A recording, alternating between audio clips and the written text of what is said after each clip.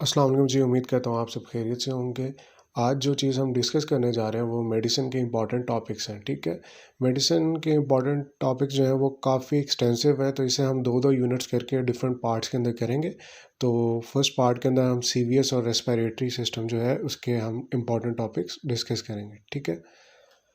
तो सबसे पहले हमारे पास सीवीएस आ जाता है, कार्डियोवैस्कुलर सिस्टम। एक मेजर सबसे मेजर चैप्टर है, ठीक है, और सबसे एक्सटेंसिव चैप्टर है। तो इसको डिटेल में पता होना ज़रूरी है, ठीक है। इसमें से लाजमी क्वेश्चंस आते हैं, और यानी कि दो क्वेश्चंस जो है यूक्यूज़ में लाजमी आते हैं, इसके एमसीक्यूज़ वगैरह बहुत ज़्यादा आते हैं। और ये बेड साइड पे क्लिनिकली भी बहुत ज़्यादा इंपॉर्टेंट टॉपिक है, तो इसको आपको डिटेल में पता होना चाहिए, राइट। तो सबसे पहले जो है कार्डियोवैस्कुलर सिस्टम के अंदर आपको कॉजेज़ ऑफ चेस्ट पेन पता होनी चाहिए, उसके डिफरेंशियल डायग्नोसिस पता होने चाहिए।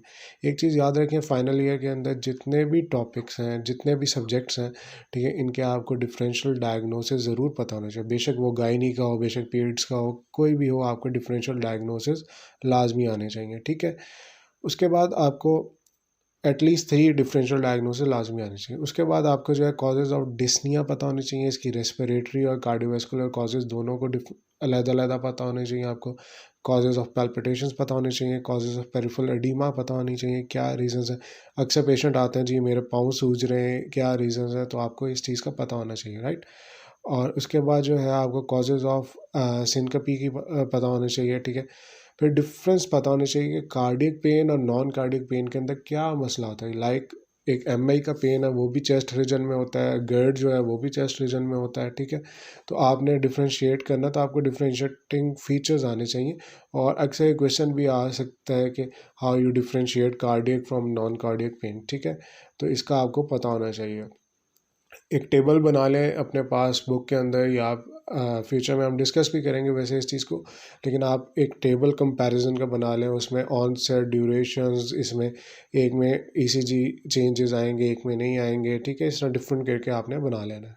उसके बाद जो है आपके पास हिस्ट्री और एग्जामिनेशन फॉर डायग्नोसिस। यहाँ पे क्यों हिस्ट्री और एग्जामिनेशन मेंशन किया गया, क्योंकि इसमें बहुत ज़्यादा इंपॉर्टेंट होती है, ठीक है। क्योंकि इन्वेस्टिगेशन जब भी आप करेंगे उसे टाइम लगेगा, उसके रिजल्ट्स आने में टाइम लगेगा, ठीक है। तो तब तक पेशेंट शायद ना ही बचे। तो इसलिए हिस्ट्री और एग्जामिनेशन पे आप इसको ज़्यादा बेहतर जो है वो डायग्नोस कर सकते हैं, और ये ज़्यादा रिवॉर्डिंग होता है एज़ कम्पेयर टू द जो इन्वेस्टिगेशन है उससे, ठीक है। लाइक फॉर एग्जांपल एक पेशेंट आता है, उसके लेफ़्ट शोल्डर और लेफ़्ट आर्म के अंदर पेन हो रही है, ठीक है, स्वेटिंग है, और तो आप चेस्ट पेन है, तो इसका आप एक आइडिया आपको हो जाता है कि यार ये एमआई का पेशेंट है, ठीक है। तो आप उसको एक डायरेक्शन मिल जाती है फॉर द ट्रीटमेंट। तो इसलिए इसके अंदर बहुत ज़्यादा इंपॉर्टेंट है कहाँ कहाँ पे पेन होता है, कैसा करेक्टर होगा, तो एमआई है, कैसा है तो एओर्टिक डायसेक्शन है। ईच एंड एवरीथिंग ये आपको डिफरेंशियल डायग्नोसिस जब आप पढ़ेंगे उसमें आपको पता चलेगा। नेक्स्ट चीज़ है कि इन्वेस्टिगेशंस पता होनी चाहिए आपको कि कार्डियोवैस्कुलर सिस्टम में क्या इन्वेस्टिगेशंस होती हैं। जब भी आपको एग्ज़ाम के अंदर सिनेरियो आएगा, ठीक है, तो आपसे सेकंड क्वेश्चन उसका जो है वो investigation, how you will investigate the case, ठीक है, ये पूछा जाएगा। तो उसमें आपको पता होना चाहिए ईसीजी क्या होती है, आपको पता होना चाहिए इको क्या होता है, ठीक है, ईटीटी क्या होता है, चेस्ट एक्सरे के बारे में पता होना चाहिए, एंजियोग्राफी, कार्डियक बायोमार्कर्स वगैरह, ये इन सब चीज़ों का पता होना चाहिए, ठीक है, क्या होते हैं। और ये वैसे भी क्लिनिकली भी पता होने चाहिए आपको, राइट। उसके बाद इस्कीमिक हार्ट डिजीज़ आ जाती है, ठीक है। बहुत इंपॉर्टेंट टॉपिक है, और सबसे ज़्यादा मेरा ख्याल है इनकाउंटर्ड जो है ना इमरजेंसी इसी की आती होती है मोस्ट कॉमनली, ठीक है। जो आपका कार्डियक वार्ड्स होती हैं उनके अंदर, ठीक है। तो इसके कॉजेज़ पता होने चाहिए, क्या-क्या कॉजेज़ हैं। इसमें आपको जो है एथेरोस्क्लेरोटिक कॉजेज़ भी पता होनी चाहिए इसकी, ठीक है, और नॉन एथेरोस्क्लेरोटिक कॉजेज़ भी पता होनी चाहिए। इसके रिस्क फैक्टर्स पता होने चाहिए, एंजाइना, इसकी टाइप्स, इसकी ग्रेडिंग ये पता होनी चाहिए डिटेल में, ठीक है। ये एमसीक्यूज़ में भी पूछा जा सकता है, और वैसे भी क्वेश्चन आ सकता है, राइट। उसके बाद एसीएस क्या होता है, ठीक है, उसे अनस्टेबल एंजाइना, नॉन स्टेम एनस्टेमी और स्टेमी, इन्हें कैसे हम डिफ्रेंशिएट करते हैं, ठीक है। एक में एसटी सेगमेंट एलिवेशन होती है, एक में नहीं, इसमें नहीं होती, इसमें होती है, ठीक है। और इसमें जो है वो अनरिमार्केबल होते हैं बायोमार्कर्स, ठीक है। इसमें आपने डिफ्रेंशिएट करना है, मैं आपको एक चार्ट भी पढ़ाऊँगा, उसके अंदर हम इसको डिस्कस करेंगे डिटेल में। मैनेजमेंट कैसे करनी है उसके अंदर आपको पता होना चाहिए कि मैनेजमेंट में इमरजेंसी मैनेजमेंट क्या करनी है। जब पेशेंट आया इमरजेंसी में फ़ौरन आधे घंटे के अंदर आ गया, घंटे के अंदर आ गया, तो आपने तब कैसे मैनेज करना है। 12 घंटे बाद आ रहा है तब कैसे मैनेज करना है, डिटेल पता होनी चाहिए, राइट। फिर मेडिकल ट्रीटमेंट्स क्या है, सर्जिकल इंटरवेंशंस क्या हो सकती हैं, या इन्वेसिव मेथड्स क्या होते हैं, ये आपको पता होना चाहिए। उसके बाद कॉम्प्लिकेशंस ऑफ एमआई, ठीक है। इसके अंदर कार्डियक नॉन कार्डियक कॉम्प्लिकेशंस दोनों पता होनी चाहिए कि कार्डियक क्या रीजंस हो सकती हैं, नॉन कार्डियक क्या मसले हो सकते हैं, राइट। उसके बाद आपको कार्डियक के अंदर उसके जो इलेक्ट्रिकल डिस्टर्बेंसेस वगैरह हैं उस वो हो सकती हैं, रिदमियाज वगैरह, वो पता होना चाहिए। मैकेनिकली क्या इश्यूज हो सकते हैं, पंप फेलियर हो सकता है, ये भी आपको पता होना चाहिए, ठीक है। तो कॉम्प्लिकेशंस पूछी जाती हैं अक्सर, और अक्सर एमसीक्यूज़ के अंदर भी ये पूछा जा सकता है, which one of the following is the electrical disturbance और electrical complication of the MI, ठीक है। तो आपको इसलिए पता होना चाहिए। नेक्स्ट आ जाती है contraindications to thrombolytic in ACS, ठीक है। ये आपको कौन सी दवाई देनी है, कौन सी नहीं देनी, किसका फ़ायदा है किसका नहीं है फ़ायदा, ठीक है।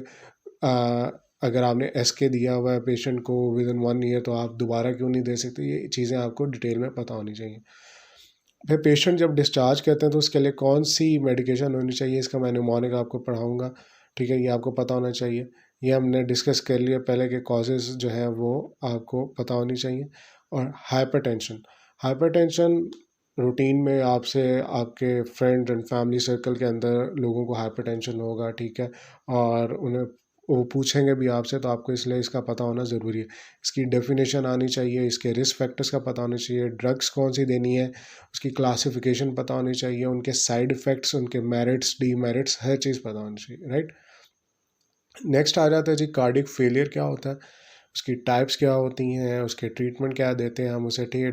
जो ड्रग्स दे रहे हैं उनके साइड इफ़ेक्ट्स क्या हो सकते हैं, डाइजॉक्सिन जो है उससे क्या साइड इफ़ेक्ट होता है। लाइक डाइजॉक्सिन का एक येलो हेलोज बनते हैं, ठीक है। तो ये एमसीक्यूज़ के अंदर अक्सर पूछा जा सकता है, ठीक है। और इसको अगर डाइजॉक्सिन टॉक्सिसिटी हो गई है तो आपने इसे रिवर्स कैसे करना है, ठीक है। डीजी एंटीबॉडीज़ वगैरह देते हैं, इलेक्ट्रोलाइट इम्बैलेंस को करेक्ट करते हैं, एंटी एरिथमिक्स देते हैं, ठीक है। वो डिटेल में हम पढ़ेंगे इसे, तो ये आपको पता होनी चाहिए चीज़ें। उसके बाद जो है पल्मोनरी एडीमा है, ठीक है। इसके बारे में पता होना चाहिए, क्या कॉजेज़ होती हैं, कैसे ट्रीट करते हैं, कैसे मैनेज करते हैं, पल्मोनरी हाइपरटेंशन क्या होता है, पता होना चाहिए, ठीक है। उसके बाद वेल्वुलर हार्ट डिजीज़ जो है वो पढ़नी सारी हैं, ठीक है, लेकिन ये वाली तो लाजमी करनी है, इम्पॉर्टेंट है। इनके जो स्वेटी साइंस वगैरह आपको आने चाहिए, इनमें कौन सा मरमर आता है, ठीक है, और कौन सा वॉल्व इन्वॉल्व होता है, ठीक है। माइट्रल स्टीनोसिस क्या होता है, नॉर्मल वॉल्व का डायमीटर क्या होता है, और इसके अंदर स्टीनोसिस जब होती है तब कितना रह जाता है उस एरिया का डायमीटर, ये पता होना चाहिए।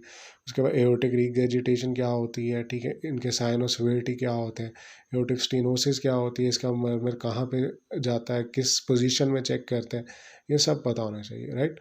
उसके बाद कार्डियोमायोपैथी है, ठीक है। इसकी टाइप्स हैं, रिस्ट्रिक्टिव है, डायलेटेड है, ठीक है, हाइपरट्रॉफिक है, ये आपको पता होनी चाहिए। कौन सी सबसे ज़्यादा कॉमन है, कैसे मैनेज करते हैं, किसी में एब्लेशन करते हैं, इनकी कॉजेज़ क्या होती हैं, ठीक है। ट्रीटमेंट मैनेजमेंट हर चीज़ का पता होना चाहिए, राइट। उसके बाद पेरिकार्डियल डिजीज़ हैं, इसके अंदर पेरिकार्डियल एफ्यूजन, इसमें ड्रेनेज जो है वो किस पोजीशन में करते हैं, कैसे करते हैं, कहाँ से पेनिट्रेट करते हैं, ये पता होना चाहिए। पेरिकार्डाइटिस का पता होना चाहिए और कार्डियक टैम्पोनेट का पता होना चाहिए। उसके बाद एक्यूट मायोकार्डाइटिस है, ठीक है, इसके बारे में पता होना चाहिए क्या चीज़ है और कैसे करना है। कार्डियक अरिथमियाज आ जाते हैं, कार्डियक अरिथमियाज के अंदर डेफिनेशन उसकी पता होनी चाहिए, ठीक है। कौन कौन से होते हैं, टाइप्स के, वेंट्रिकल है या नहीं है, एट्रियल है, ये सारा पता होना चाहिए। हार्ट ब्लॉक्स की types, first degree, second degree और थर्ड डिग्री सारी पता होनी चाहिए। इसमें सेकंड डिग्री में आगे मोबिट्स 1 2 ये सारी चीज़ें पता होनी चाहिए। सुप्रावेंट्रिकुलर टैकीकार्डिया इज़ इम्पॉर्टेंट, ठीक है। एट्रियल फ्लटर जो है वो इम्पॉर्टेंट है। एट्रियल फिब्रिलेशन मोस्ट कॉमन पूछा जाता है, ठीक है। और बाकी जो है वेंट्रिकुलर फिब्रिलेशन है और एंटी एरिथमिक ड्रग्स वगैरह, इनके पता होने चाहिए, इनके साइड इफ़ेक्ट्स पता होने चाहिए, कौन से ग्रुप में होती है, कौन सी क्लास दी जाती है, ये पता होना चाहिए। रोमैटिक हार्ट डिजीज़ पीड्स के अंदर पूछा जाता है यूजुअली, लेकिन यहाँ पे भी पता होना चाहिए इसमें कौन सा मरमर होता है, ठीक है। और इसका क्राइटेरिया क्या होता है, जॉन्स क्राइटेरिया होता है, वो डिटेल में आना चाहिए, क्वेश्चन पूछा जा सकता है, ठीक है। उसके बाद इन्फेक्टिव एंडोकार्डाइटिस जो है, ठीक है, उसके बारे में पता होना चाहिए कि क्या होता है इसमें, स्प्लिंटर हेमरेजेस होते हैं और इसके अंदर क्या क्या चीज़ें इन्वॉल्व होती हैं, पूरा जनरल फिजिकल एग्जामिनेशन पे हमें क्या चीज़ें मिलती हैं ये पता होना चाहिए, ठीक है। इसमें टाइप ऑफ आर्थराइटिस का भी पता होना चाहिए, जो रोमेटिक हार्ट डिजीज़ है इसके अंदर पता होना चाहिए कि कौन सा टाइप ऑफ आर्थराइटिस होता है, ठीक है। उसके बाद कंजेनिटल हार्ट डिजीज़ आ जाती हैं, ठीक है। ये पीड्स के अंदर हमने डिस्कस किया था कि टेट्रोलॉजी, फेराइड था, ठीक है, और जो है वीएसडी वगैरह ये वो चीज़ें। तो ये एमसीक्यूज़ के पॉइंट ऑफ व्यू से जो है वो ज़्यादा इंपॉर्टेंट है, बाकी डिस्क्रिप्शन में उसका लिंक होगा पीड्स वाला, वो उसमें आप देख सकते हैं। बाकी जो है शॉक सिंड्रोम्स हैं, ठीक है, कार्डियोजेनिक शॉक है, हाइपोवोलेमिक शॉक है, इनका आपको पता होना चाहिए, डिटेल्स कैसे मैनेज करते हैं, कैसे ट्रीट करते हैं, इन चीज़ों का पता होना चाहिए। एन्यूरिज्म्स है, एन्यूरिज्म्स की टाइप्स आ जाती हैं, उसकी अगर रप्चर हो जाए तो मैनेज कैसे करते हैं, अगर रप्चर नहीं हुआ तो प्रोफिलेक्ट कैसे मैनेज करते हैं, ठीक है, ये पता होना चाहिए। फिर बीएलएस, क्योंकि इसमें भी डी फिब वगैरह कर रहे होते हैं हम पेशेंट को, तो इसके बारे में आपको डिटेल पता होनी चाहिए कि इमरजेंसी में आप कैसे मैनेज करते हैं। नेक्स्ट चीज़ रेस्पिरेटरी सिस्टम आ जाता है। रेस्पिरेटरी सिस्टम जो है वो भी एक इम्पॉर्टेंट सिस्टम है। इसमें सबसे पहले आपको अगेन कॉजेज़ पता होने चाहिए, क्लबिंग की causes, cyanosis, central cyanosis, peripheral cyanosis की कॉजेज़ पता होनी चाहिए, डिस्निया की कॉजेज़ पता होनी चाहिए, कफ की कॉजेज़, ठीक है, वीज़ किस में आती है, स्ट्राइडर किस में आता है, रोंकाई किस में आता है, ठीक है, इन की कॉजेज़ क्या है, इनके अंदर डिफरेंस क्या है आपस में, ठीक है, और कौन सी एक्सपायरेटरी होती है, कौन सी इंस्पायरेटरी होती है, ये चीज़ पता होनी चाहिए। इन्वेस्टिगेशंस आ जाती हैं, इन्वेस्टिगेशंस में स्पूटम कल्चर, ठीक है, किस में करते हैं, किस में ग्राम स्टेनिंग करते हैं, किस में जो है एसिड फास्ट स्टेनिंग करते हैं, ठीक है, ये सारा कुछ पता होना चाहिए, ठीक है। और उसके बाद जो है कल्चर सेंसिटिविटी का पता होना चाहिए क्या होता है, उसके बाद चेस्ट एक्सरे, चेस्ट सीटी पे किस में कौन सा पैटर्न आता है, लाइक किसी में जो है हनीकॉम्ब अपीयरेंस आ जाती है, किसी के अंदर ग्राउंड ग्लास अपीयरेंस आती है, तो ये पता होना चाहिए कि इन कंडीशन में क्या है। पल्मोनरी जो है फंक्शन टेस्ट है उसके बारे में पता होना चाहिए, ठीक है, स्पायरोमीट्री जो है उसके बारे में पता होना चाहिए सारा, और एबीजीज की वैल्यूज़ वगैरह, और पता होना चाहिए कैसे इनको हमने डायग्नोज करते हैं, इसको रीड आउट कैसे करते हैं, ये सारा कुछ पता होना चाहिए। उसके बाद रेस्पिरेटरी फेलियर जो है इसकी टाइप्स, और टाइप 1 क्या होती है, टाइप 2 क्या होती है, इनमें क्या डिफरेंस होता है, इनकी कॉजेज़ क्या होते हैं, ये पता होनी चाहिए चीज़। उसके अलावा जो कफ़ की टाइप्स हैं उसकी मैनेजमेंट, ड्राई कफ़ है, ठीक है, प्रोडक्टिव कफ़ है, ठीक है, इनके लिए कौन से टाइप ऑफ हमने जो कफ सप्रेसेंट्स हैं वो देने हैं, वो पता होना चाहिए। पल्मोनरी नोड्यूल क्या होते हैं, इसके डिफरेंशियल डायग्नोसिस क्या होता है, ठीक है, how we will treat this one, ये पता होना चाहिए। उसके बाद जो है प्लूरल एफ्यूजन है, इसके अंदर light criteria is very important, ठीक है, ये ऑस्की के लिए भी इंपॉर्टेंट है, वैसे भी पूछा जा सकता है और एग्जाम पॉइंट ऑफ व्यू से भी इंपॉर्टेंट। नमूनिया क्या होता है, इसकी डेफिनेशन, इसकी टाइप्स, इसके अंदर एज के रिलेटेड कौन कौन से जो हैं वो इन्वॉल्व हो रहे होते हैं ऑर्गेनिजम्स वगैरह, वो पता होना चाहिए। कब 65 जो होता है इसका एक क्राइटेरिया होता है, ये क्या होता है, इसकी बेसिस पे हम पेशेंट के को सेवेरिटी के हिसाब से मैनेज करते हैं, तो ये पता होना चाहिए, ये काफ़ी बुक्स में नहीं है, तो ये आपने देख लेना, ये इंपॉर्टेंट है।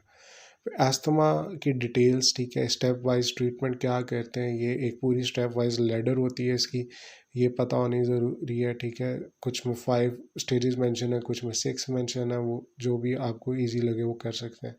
बाकी जो है कंप्लीट डिटेल आनी चाहिए इसमें क्या हो रहा होता है, ठीक है।